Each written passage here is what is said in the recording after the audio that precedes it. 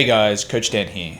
Let me tell you the secret to life. No, I'm just kidding. I don't know any secrets to life, but I do know a couple of, they're not secrets, but unsung heroes as far as gym success or gym gains is go. And the main one that doesn't really get a lot of fanfare is just straight up consistency. You think about it like this, right? Even the perfect workout done inconsistently won't get you very far. But an imperfect workout, or let's give them scores, right? Let's say the perfect workout is a 10, and you do that workout 2 times in a month, once every fortnight, you get a score of 20. But let's say per week you do 2 6s, and you do that every week for the whole month. So now the score for the perfect 2 workouts is 20. The score for the imperfect but consistent workouts is 48. Then we multiply that over the year, it equals a significant difference. We multiply that over time, it equals even more, right? So the big secret that no one talks about, the unsung hero that no one gives a lot of credit to, is just consistency. Just keep showing up. Even if it's not perfect, you can get a little bit more perfect, but you can't make up that perfect person.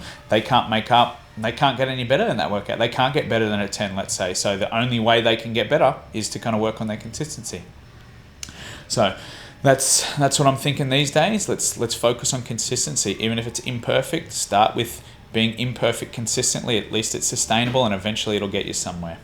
So with that said, we're gonna keep consistently rolling with the lower body 2. We have no real changes to make. We're just gonna get out there and be consistent, keep smashing it out. Starting with stiff-legged deadlifts, or stiffies as I like to call them. Some split squats, some belt squats, and some all the good stuff, right? All the good lower body stuff. And yeah, let's get out there. Let's get it. Consistency all the way, baby. You. I think it was Socrates who said, "We are what we repeatedly do." So that means I must be deadlifts, because I do this shit all the time. No, but that's consistency for you, right? We come back, we keep getting better at the thing with more practice and more practice, right? So stiff-legged deadlifts first on the cards today. Remember, for the stiff-legged deadlifts, we're setting our hips a bit higher to make sure we get that good stretch on the hamstrings. So deadlift could be used for multiple different goals. My goal is hamstring growth. So keep the hips high, keep a good hamstring stretch.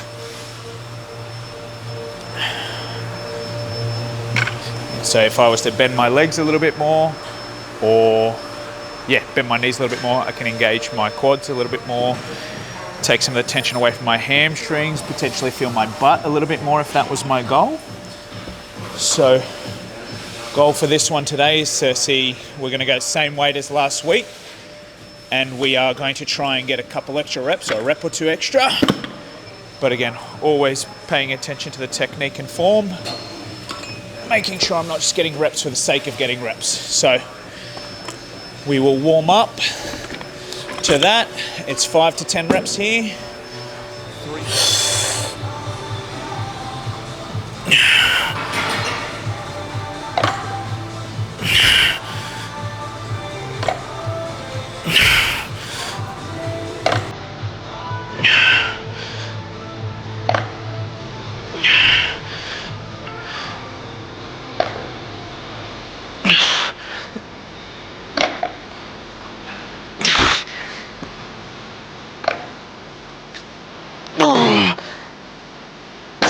Three sets done.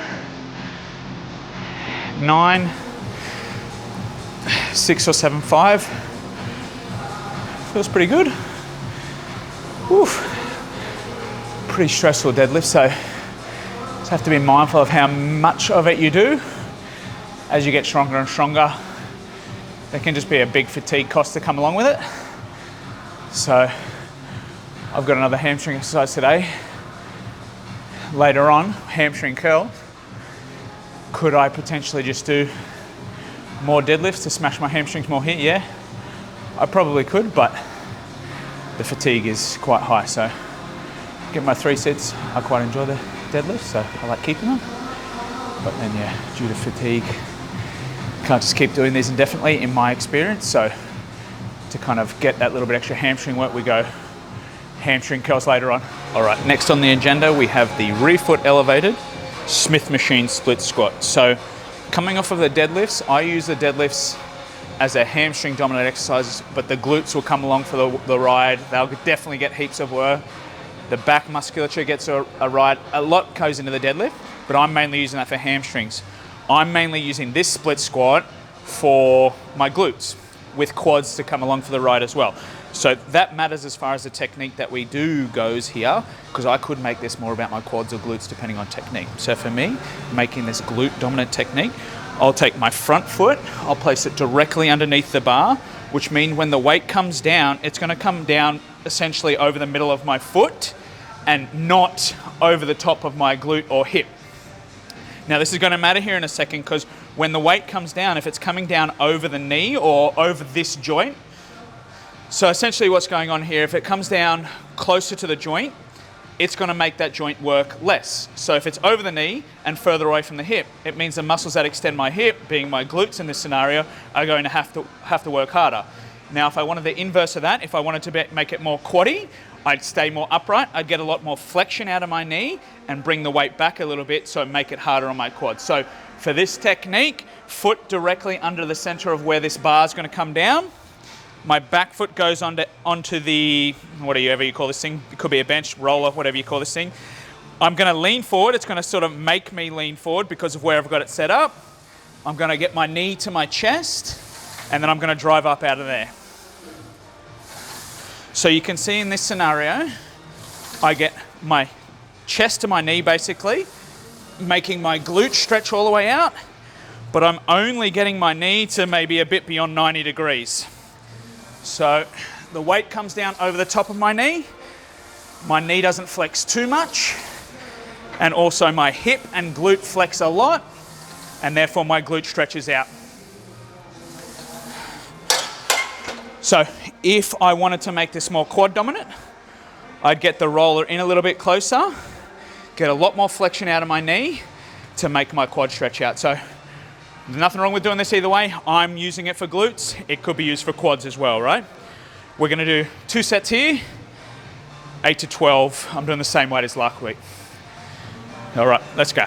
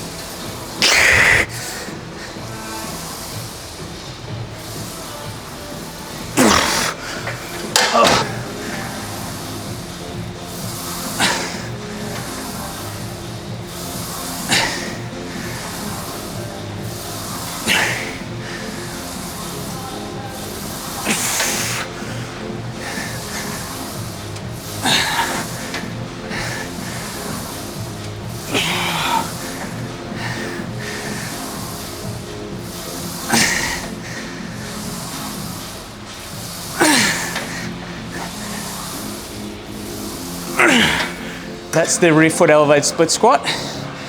So for me, or for men generally, glutes are not a massive concern. Like maybe if you just deadlift, that gets enough glute work for you, and through your squats and stuff like that.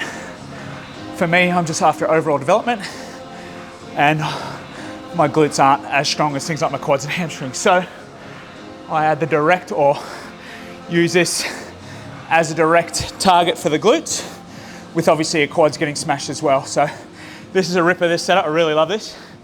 I think when I've seen this, my footage of doing this last week, it does look a little bit unusual. There's a lot of forward lean, which can potentially make it a little bit harder on your back. And I do feel a little bit of fatigue in my back, especially because we have to do both sides and coming after the deadlift. So as I get stronger, that's definitely going to be a consideration. So maybe I'll wear a belt here as well. Maybe I can just stop having such a weak back, but we will see. All right, only 2 there. 6 total sets of the direct work to the glutes for me per week. So I do 4 on the other day, 2 on this day, and then all my other glute work is taken care of the other movements, the deadlifts, the squats, stuff like that. So doesn't require heaps, 6 total sets. Let all the accessory work or all the other exercise that contribute to the glutes as well, let them take care of the rest. All right, belt squats, let's see how this goes. Glutes are nice and pumped after those split squats, so that's a good sign that I've done something to my glutes. My right one I've always noticed a lot more than my left one, so getting that connection with the left one's going to be a goal going forward, but we come to the belt squat now. Now again, this is all the same workout as last week. We're just being consistent this week and we're trying to progress. You imagine if we did this workout and then did multiple different workouts and came back in a month, and in between now and then, we then came back to this, you never actually get that much better. So there has to be some level of consistency usually to make the best gains, because if you start off with something, you're probably not going to be very good at it to begin with. But then as you learn, you get better technique, your nervous system gets better, and you build some muscle along for the ride. You know, a couple months into the future, you're doing way more. If you were to do it once and then wait a month, you don't get that opportunity to get better each time. So consistency is the theme of the day. Belt squat. So I set my feet up, shoulder width this apart, toes slightly out. There are 3 links here. I go to the back link and we're just going for good depth. So I've set some step boxes here because of my short legs. We hook in, upsy daisies. I'm making this now quad dominant, so I stay nice and upright. Focus on my quads, control the down, drive up. I'll do 3 sets of this now for my quads. This is the only specific quad exercise for the day. 3 sets, 10 to 15 reps. The current theme the last couple of weeks is the two initial sets. They've been heavier, and then my performance kinds of dip. So I go to a lighter set for the 3rd one. We might be on course for that today, but we'll see as we go here. I got 1 more warm up, and then we on.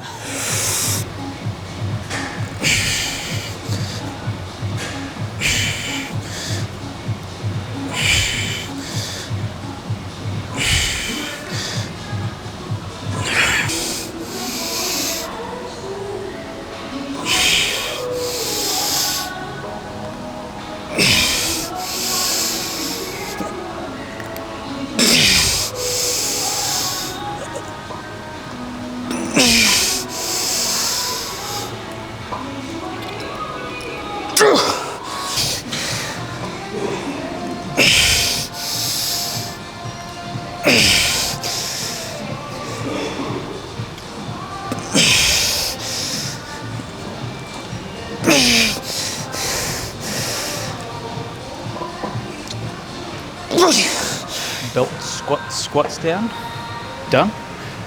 Now for efficiency's sake we go belt squat calf raise, so that's done on here as well. So not all gyms have belt squats, like for example, if I'm traveling and training, there often isn't a belt squat machine at a local gym, depending on the place. If you want to do something comparable, I would say my best bet would be something like a leg press, and then this would be leg press calf raise. So again, this is doesn't really load the spine. There's none of that fatigue that comes from doing barbell or Smith machine variation. So leg press will give you a similar benefit. If you have a belt squat, here's how she rolls. Half the foot on, half the foot off the platform. Hook in, upsy daisies, stretch the calf out, raise up. So we're always ensuring we have the ball of our big toe on the platform, allowing us to produce good force. If I slide off, I'll shuffle back on, like such. Stretch, raise, done, unclip, bada bing, bada boom. So I do 5 sets here. This is my only calf exercise, so 5 sets. I also sometimes superset this with some ab work, but the machine I'll be going to, actually it just freed up, so maybe I will do this as a superset. Saves time, they don't affect each other too badly, and I'm all about that life. So 5 sets of each of these, 10 to 20 reps each, and we are on the back straight now as the athletics population. All right, I might do 1 more set. Cable abdominal crunch and the belt squat calf raise as a superset today because the gym is not busy, so you can walk from one to the other, save ourselves some time, bang it out, and then finish off with the hamstring curls afterwards. So for this one, I'll take off my headphones because it can kind of get in the way. We're going to grab the rope up here, so I've got the rope attachment. I'm going to pin my forearms to the side of my head, and then that stays still. Now from here, the motion is drawing essentially the bottom of your sternum down towards your pelvis.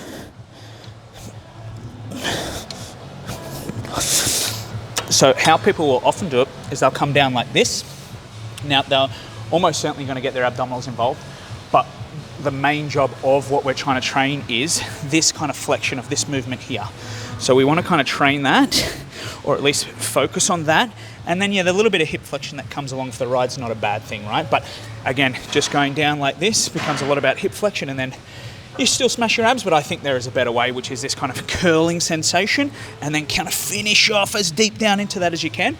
And that trains the rectus abdominis, which is the main muscle group we're trying to train here. So I do 10 to 15 here, 10 to 20 over there. We'll walk from one to the next to save a little bit of time, and they don't affect each other too much. So 5 sets through. This is my only ab exercise and my only calf exercise, so 5 sets of each. And then we got a couple of sets of hamstrings, and that'll do us. Check in for set number 1.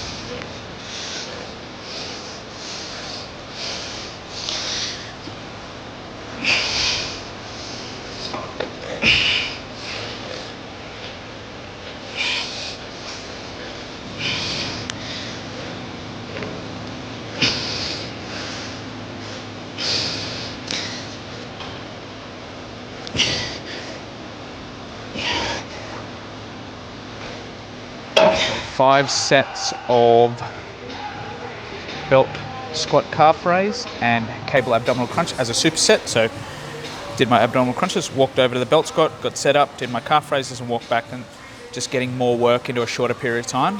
You know, if we're not always so rich in time, it's a good time saver. They don't really affect each other too much, so you can push hard on both. To finish off, 3 sets of hamstring curls in the seated position. So the only thing to really note about this one is we want to obviously set it up such that my leg's locked in place. Some of these have a version where there's a leg lock here. So if yours is there, that's cool. That we have close to the ankle, the bottom pad. So we're pulling, and we're not necessarily making it easier for us if we bring it up towards our knee. And again, we're going to get this up as high as your mobility and flexibility will allow. So that's a full setting for me. Heels get dragged down to the butt. Control, lengthen out the hamstrings, like such. So for me, this is 3 sets, 10 to 15 reps, and then we're done. All right, I'll check in for set 1.